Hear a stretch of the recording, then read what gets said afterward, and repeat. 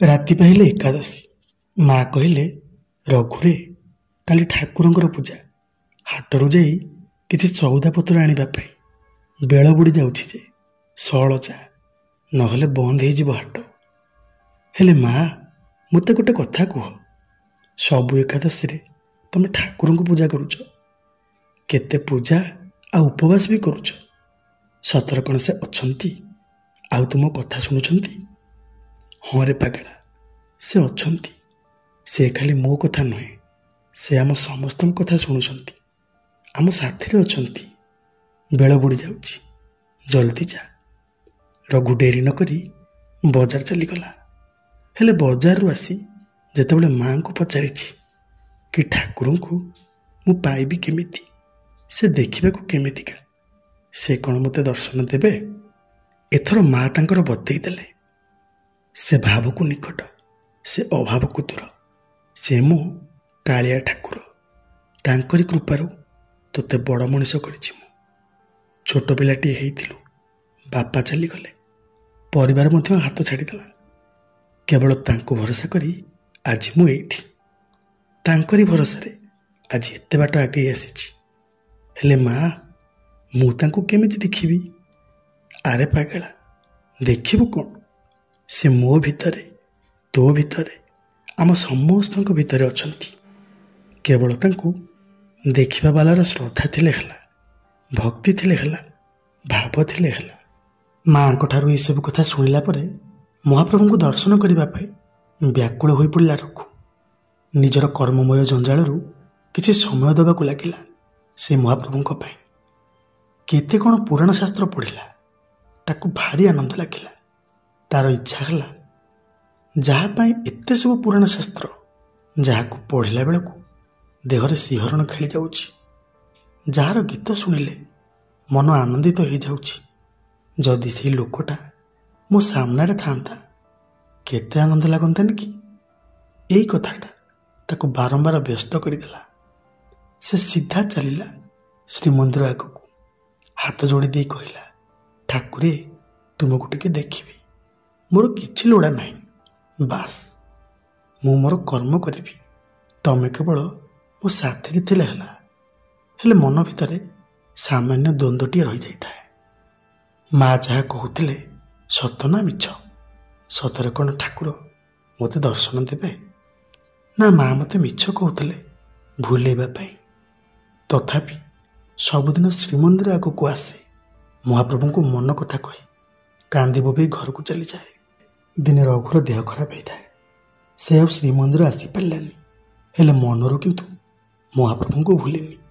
କହୁ କହୁ କହିଦେଲା ସେଦିନ, ଠାକୁରେ, ମୁଁ ନେଇତି ଯାଏ, ଆଜି ମୋର ଦେହ ଖରାପ, ତମେ କ'ଣ ମୋ ପାଖକୁ ଆସିବନି? ଏମିତି କେତେ କ'ଣ କଥା କହି ରଘୁ ଶୋଇପଡ଼ିଲା। ଏଥର ମହାପ୍ରଭୁ କୋଉଠୁ ବା ସହନ୍ତେ ଭକ୍ତର ବେଦନା। ପ୍ରଭୁ ଯାଇ ରଘୁର ସ୍ୱପ୍ନରେ, ରଘୁ ସ୍ୱପ୍ନ ଦେଖୁଥାଏ, ତା ସାମ୍ନାରେ ଦିବ୍ୟ ଶାନ୍ତ ସେଇ କଳା ମୂରତିଙ୍କୁ ପ୍ରଣାମ କଲା। ତାର ଆନନ୍ଦର ସୀମା ରହିଲାନି। ପ୍ରଭୁ ସତରେ ଆସିଛନ୍ତି ପୁଣି ମୋ ପାଖକୁ? ହଁ, ତୁ ଡାକିଲୁ, ମୁଁ ଆସିନଥାନ୍ତି କେମିତି ଯେ? ତୋ ମନରେ ପ୍ରଶ୍ନ ରହିଥିଲା ନା, ମୁଁ ତୋ ସାଥିରେ ଅଛି କି ନାହିଁ ବୋଲି। ମୁଁ ସବୁବେଳେ ତୋ ସାଥିରେ ଅଛି। ମୁଁ କଥା ଦେଉଛି, ତୋ ସାଥିରେ ସବୁବେଳେ ରହିଥିବି, କେବେ ବି ତୋ ହାତ ଛାଡ଼ିବିନି। ନା, ମୋର କାହିଁ ବିଶ୍ୱାସ ହେଉନି। ମା କହୁଥିଲା, ତମେ ଭାରି କପଟିଆ, ମିଛ କହି ମୋତେ ଭୁଲେଇ ଦେଉନ ତ? ଆରେ ମିଛ କାହିଁ କହିବି ଯେ, ତୋତେ ମୁଁ ଭାରି ଭଲ ପାଏ। ହେଲେ ମୁଁ କେମିତି ବିଶ୍ୱାସ କରିବି ତମେ ମୋ ସାଥିରେ ଅଛ ବୋଲି? ଆଚ୍ଛା, ଏଇ କଥା ତ। ଶୁଣ, ମୋତେ ଦେଖିବା ପାଇଁ ନିତି ନଦୀ କୂଳକୁ ଯିବୁ, ଦେଖିବୁ ନଦୀ ବାଲିରେ ତୋ ପଛେ ପଛେ ମୁଁ ଥିବି। ତାପରେ ରଘୁର ସ୍ୱପ୍ନ ଭାଙ୍ଗିଗଲା। ସତରେ ଠାକୁର ଆସିଥିଲେ ମୋ ସ୍ୱପ୍ନରେ। ମାଆଙ୍କୁ ମଧ୍ୟ ଜଣେଇଲା। ମା କିନ୍ତୁ ଭାରି ଖୁସି ହେଇଗଲେ। ଠାକୁରେ, ତମେ ପରମ ଦୟାଳୁ, ମୋ ପୁଅର ସ୍ୱପ୍ନରେ ଆସିଥିଲ। ହେଲେ ମା, ସେ ତ କହିଛନ୍ତି କେବେ ମୋ ହାତ ଛାଡ଼ିବେନି ବୋଲି। କ'ଣ ସତରେ? ହଁ ରେ ପାଗଳା, ହୁଏତ ମୁଁ ତୋତେ ଅଧା ବାଟରେ ଛାଡ଼ି ଚାଲିଯିବି, ହେଲେ ସେ ନୁହେଁ। ତା ପରଠାରୁ ରଘୁ ସବୁଦିନ ନଦୀ କୂଳକୁ ଯାଏ। ଆଉ ଠାକୁରଙ୍କୁ ଦେଖିବା ପାଇଁ ଯେତେବେଳେ ପଛକୁ ଚାହେଁ, ସେ ଦେଖେ ତା ପାଦ ଚିହ୍ନ ପାଖରେ ଜଣେ ଛୋଟ ପିଲାର ପାଦ ଚିହ୍ନ। ସେ ଖୁସି ହେଇଯାଏ, ସତରେ ଠାକୁର ମୋ ସାଥିରେ ଅଛନ୍ତି ବୋଲି। କଥା ଦେଇ କଥା ରଖିଛନ୍ତି ସେ। ସମୟ ବିତି ଯାଇଛି। ଅଦିନିଆ ଝଡ଼ଟିଏ ମାଡ଼ି ଆସିଛି ରଘୁ ଉପରକୁ। ଦୈବ ଦୌଡ଼ିଆ କରେ କାହାର ବା ଶକ୍ତି। ରଘୁର ମା ସବୁଦିନ ପାଇଁ ଛାଡ଼ିକି ଆର ପାରିକୁ ଚାଲି ଯାଇଛନ୍ତି। ରଘୁ ଭାଙ୍ଗି ପଡ଼ିଛି ସମ୍ପୂର୍ଣ୍ଣ ରୂପରେ। ମୁହଁରେ ହସ ଉଡ଼ିଯାଇଛି। କିଛି ବି ଭଲ ଲାଗୁନି ତାକୁ। ଭୋକ ଶୋଷ ହଜିଯାଇଛି ତାର। ମାଆକୁ ହରେଇବାର କେତେ ଯେ କଷ୍ଟ କେବଳ ହରେଇଥିବା ପୁଅ ହିଁ ବୁଝିଛି। ତାର ଆଉ କିଏ ଅଛି ଏ ଦୁନିଆରେ। ଏମିତି ଦିନେ ଏକୁଟିଆ ବୁଲୁଥାଏ ସେଇ ନଦୀ କୂଳରେ। ପଛକୁ ଚାହିଁ ଦେଖିଲା ତ ଗୋଟିଏ ମାତ୍ର ପାଦ ଚିହ୍ନ, କେବଳ ତାରି। ସେ ଥର ବୁଝିଗଲା କି ଠାକୁରେ ମୋ ମାଆକୁ ଛଡ଼େଇ ନେଲେ। ପିଲାଟି ଦିନରୁ ବାପା ଛେଉଣ୍ଡ ହେଇଗଲେ ମୁଁ। କି ଅପରାଧ କରିଥିଲି ମୁଁ? ଠାକୁରେ, ଶେଷରେ ତୁମେ ମୋ ହାତ ବି ଛାଡ଼ିଦେଲ। ସତରେ ତମେ ଭାରି ଛଳିଆ ନା। ସେଦିନ ନଦୀବାଲିରେ ଏମିତି କେତେ କ'ଣ କଥା କହି କାନ୍ଦିଲା ରଘୁ। ଆଉ କେବେ ଶ୍ରୀମନ୍ଦିର ଯିବନି ବୋଲି ନିଷ୍ପତ୍ତି ମଧ୍ୟ ନେଇଗଲା। ରାତିରେ କାନ୍ଦି ବୋବେଇ ଶୋଇପଡ଼ିଲା ରଘୁ। ଏଥର ସ୍ୱପ୍ନରେ ଆସିଲେ ସେଇ ହଟିଆ ଠାକୁର। ଆରେ, ମୁଁ ଯାହାର ହାତ ଥରେ ଧରେ ନା, ତାକୁ ଛାଡ଼ିବା ଅସମ୍ଭବ। ଯେତେ ବି ଝଡ଼ ତୋଫାନ ଆସୁ, କାହାକୁ ବି ଖାତିର ନଥାଏ ମୋର। ବାସ୍ ତୁ ଟିକେ ଧୈର୍ଯ୍ୟ ଧରିଲେ ହେଲା। ତା ଛଡ଼ା ମୁଁ ତୋତେ କଥା ଦେଇଛି। ହଁ, ଜାଣିଛି ଏମିତି କଥା କହି ମୋତେ ଭୁଲେଇ ଦେବ। ତମେ ମୋ ହାତ ଛାଡ଼ିଦେଲ ବୋଲି ମୋ ମା ଚାଲିଗଲା। ମୋର ଆଉ କିଏ ଅଛି କହିଲ? ଆରେ, ସେମିତି ଜମା ନୁହେଁ। ରକ୍ତ ମାଂସର ଶରୀର, ବୟସର ଅପରାହ୍ନରେ ସମସ୍ତଙ୍କୁ ଛାଡ଼ି ଯିବାକୁ ପଡ଼େ। ସେ ବି ଚାଲିଗଲେ, ଏଥିରେ ଡରିବାର କିଛି ନାହିଁ। ମୁଁ ଅଛି ନା। ନା, ତୁମେ ପୁଣି ମିଛ କହୁଛ ନା? ଆରେ ମିଛ କାହିଁ କହିବି?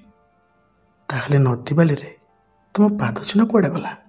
ତମେ କଥା ଦେଇଥିଲ ନା ମୋ ସାଙ୍ଗରେ ରହିବ ବୋଲି। କାହିଁ, ଆଜି ତ ତମ ପାଦ ଚିହ୍ନ ନାହିଁ। ମୁଁ ଏକୁଟିଆ ଚାଲୁଥିଲି। ଭାରି ଦୁଃଖ ଲାଗିଲା ମୋତେ। ତମେ ସତରେ କେଡ଼େ କପଟିଆ।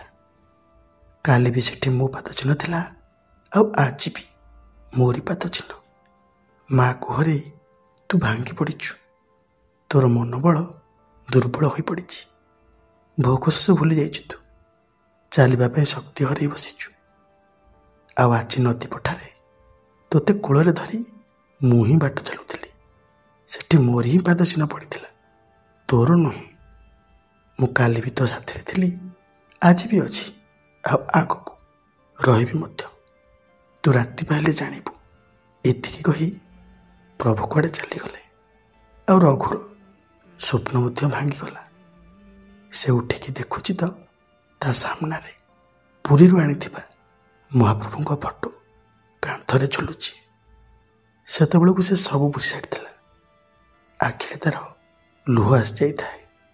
ହାତ ଯୋଡ଼ି ଦେଇ କହିଲା, ହେ କଳାମଣି ମା, ମୋତେ କ୍ଷମା କରିଦିଅ।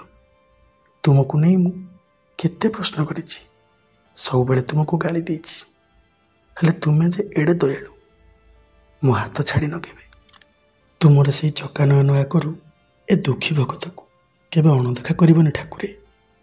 ଆଜି ରଘୁର ମା ବାପା ନାହାନ୍ତି ସତ, ହେଲେ ସେ ମହାପ୍ରଭୁଙ୍କୁ ତାର ସବୁ କିଛି ଭାବି ନେଇଛି। ତାର କର୍ମକ୍ଷେତ୍ରରେ ଆଗେଇ ଚାଲିଛି। ହଁ ଆଜ୍ଞା, ଯିଏ ମହାପ୍ରଭୁଙ୍କ ଉପରେ ବିଶ୍ୱାସ କରିଥାଏ, ଭରସା କରିଥାଏ, ଭଲ ପାଇଥାଏ, ମହାପ୍ରଭୁ କେବେ ତାର ହାତ ଛାଡ଼ନ୍ତିନି। ଏହା ହିଁ ସତ୍ୟ ଅଟେ। ନମସ୍କାର ଆଜ୍ଞା। ଯଦି ଭିଡ଼ିଓଟି ଭଲ ଲାଗିଥାଏ ଜଣାଇବେ ନିଶ୍ଚୟ। ମହାପ୍ରଭୁଙ୍କ କୃପାରୁ ସମସ୍ତେ ଖୁସିରେ ଥାଆନ୍ତୁ, ସମସ୍ତେ ଭଲରେ ଥାଆନ୍ତୁ। ଜୟ ଜଗନ୍ନାଥ।